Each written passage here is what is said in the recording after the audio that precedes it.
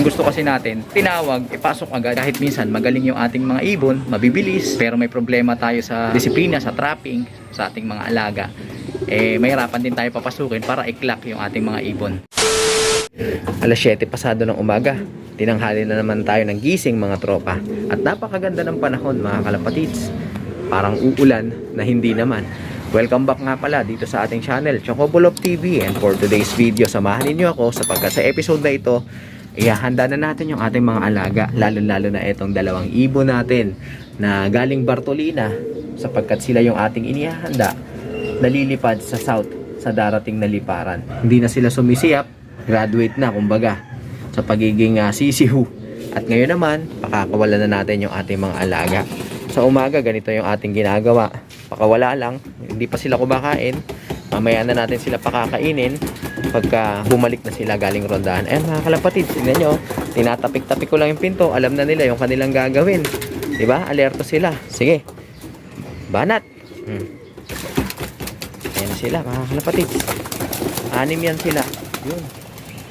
Rekta agad ng liparan mga kalapatid. Nako, nawala na yung ating mga alaga. Napakatataas lumipad. Lampas ulap. Pwede na! Malamang nagdayo na yon o nagranging na yon mga kalapatid. At mamaya-maya pa uuwi yung mga yon. Nakakatuwa naman kasi yung ating dalawang ibon na inakay napakasisipag lumipad at napakatataas. Kaya dahil doon, nahahawa yung ibang mga kasama nilang ibon na narito sa ating flyer slope na lumipad din ng mataas at maging masipag sa paglipad. Yun ang sinasabi natin na kapag may masisipag dun sa ating mga alaga na pinalilipad, naghihilahan sila papaangat. Samantala naman sa kabaligtaran, pag may kasama tayong hindi ganun kasipag o yung tamad, kagaya nito mga kalapatids, pagka ganun, dadapo din agad yung ating mga alaga, magkakahawahan. Kaya pagka ganyan, hindi ko na sinasama yan. Pwede nyo pa rin pakawalan mga kanubi, pero iuhuli ninyo pagka alam nyo pabalik na yung mga ibon ninyo galing sa ranging, sa kanyo pakawalan yung mga tamad, yung mga hindi mahilig lumipad. Habang inihintay natin yung ating mga alaga, check muna natin yung ating ginawang probiotics. Kasi nung mga nakaraan mga kalapatids, kung matatandaan ninyo, ay nagpurga tayo. Kapag ka nagpurga, nililinis nun yung kanilang mga bituka. At kasamang na eradicate dun o naaalis yung mga good bacteria na kailangan nila para sa nutrient absorption at maging sa magandang digestion. Kaya pagkatapos ng purga, automatic yan, dapat bibigyan natin sila ng probiotics. Kaya lang mukhang hindi pa yata ready itong probiotics na inihanda natin nung nakaraang 2 araw. Medyo hindi pa siya ganun kahinog or hindi pa siya ganun ka-ferment. Kaya mukhang hindi pa natin to maibibigay sa araw na ito. Ito rin, naparami yung aking gawa kasi, pinaghahati ko. Kasi nga, kailangan may espasyo mga kalapatids. Ayan, yung air space na tinatawag para dyan magkaroon ng accumulation yung mga essential microbes o yung mga good bacteria. At pag dumating yung pagkakataon na matigas na yung lagayan natin o yung plastic na to, dahil sa hangin, dulot ng gas na napoproduce ng fermentation, pinapasingawan natin yan ng kaunti. Kaunti lang naman, hindi natin pinapasingaw lahat dahil yung gas na yon naroon yung mga essential microbes at good bacteria na siya naman kailangan ng ating mga alaga. Yun yung parang nagiging breeding ground nila mga kalapatids. Kaya hindi natin dapat pasingawin ng gusto. Alright, so hindi pa natin ito maibibigay. Plain water lang sila muna ngayon kapag pumalik na yung ating mga mahihinang nilalang. So hintayin na lang natin sila, maya-maya lang nandito na yan. A few moments later. Sasanayin natin yung ating mga alaga dito sa ating trapping. Bagamat marurunong na yan, pero kailangan nating i-refresh sa kanila yung disiplina dahil nga magsisimula na yung liparan. Kaya i-introduce uli natin sila dahil matagal silang kinalawang, matagal walang lipad, matagal walang training. Medyo nakalimutan siguro nila yung disiplina at yung pinatutupad natin sistema. Kaya yan, tinuturuan natin sila, lalo na yung 2 ibon natin. Ayan, yung isa, yung naka blue na singsing, ayan.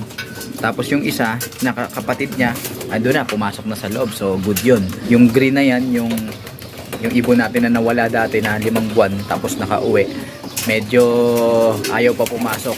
So bibigyan pa natin sila ng isang chance pa. Tatawagin natin. Pagka hindi sila pumasok, sasaraduhan natin yung top trapdoor na yan para hindi na sila makapasok, then magbibigay na tayo ng pagkain. At ang ine-expect nating magiging resulta nun, matututo sila, madadala sila. At sa susunod, kapag narinig nila yung pagtawag natin sa kanila, sila yung mauuna dahil nga nadala na sila. Dahil ikaw ba naman magutom ka, 'di ba? So, 'yun ang ating gagawin. Bilang paghahanda pa rin 'yun, syempre, dahil nga bago natin patakin sa liparan, kailangan disiplinado para pag dumating yung punto na nag-race na sila, alam na nila yung sistema ng pagkadating, pasok agad, iwas tambay. So disiplina muna bago yung exercise nila o yung pagpapalakas ng stamina. Bibigyan natin sila ng huling pagkakataon na pumasok. Pipituhan na natin sila.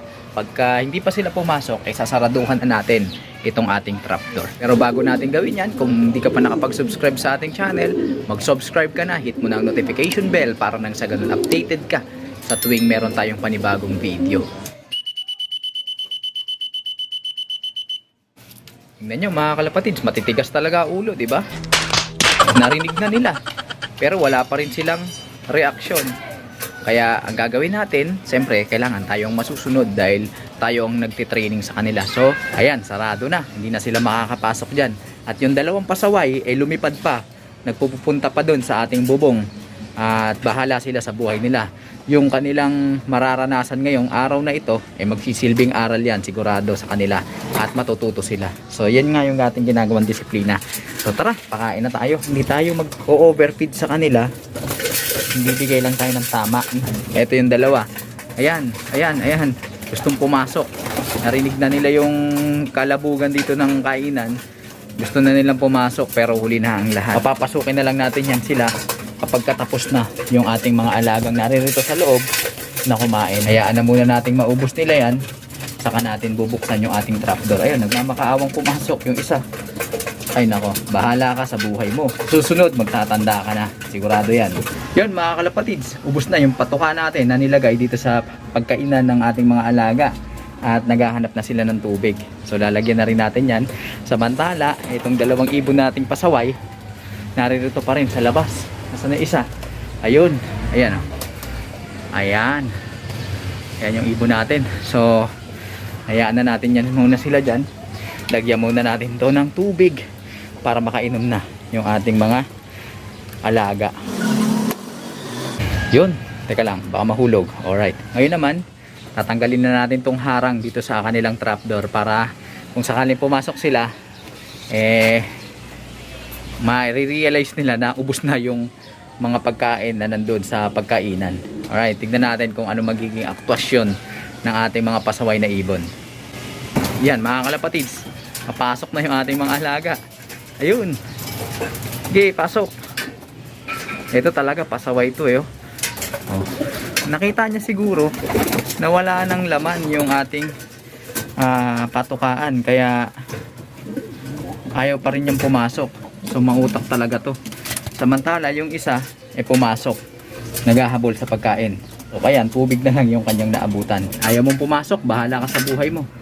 Aalisin na natin tong patukaan natin para maisip nila na tapos na yung kanilang pagpapatuka. Ayan. So tingnan na lang natin kung papasok to. Yan yung nagsisimula ng ng katigasan ng ulo, yung mga ganyang ibon. Pero ano naman yan, pumapasok naman yan basta may nakitang pagkain. Pero ang gusto kasi natin, yung pag tinawag, ipasok agad. Hindi na kailangan pang suhulan pa ng pagkain do sa sa ulungan. So yun ang ating gustong maging kultura o sistema ng ating mga alaga pagdating sa trapping, para kapag naglilipad na tayo during training o kaya naman ay during racing, disiplinado yung ating mga alaga. Kasi kahit minsan magaling yung ating mga ibon, mabibilis, pero may problema tayo sa disiplina, sa trapping, sa ating mga alaga, mahirapan din tayo papasukin para i-clock yung ating mga ibon. Kaya ang ginagawa ko na lang, inuuna ko na lang muna yung kanilang disiplina, yung trapping, bago ko palakasin yung kanilang stamina at batakin sila, palakasin sa liparan.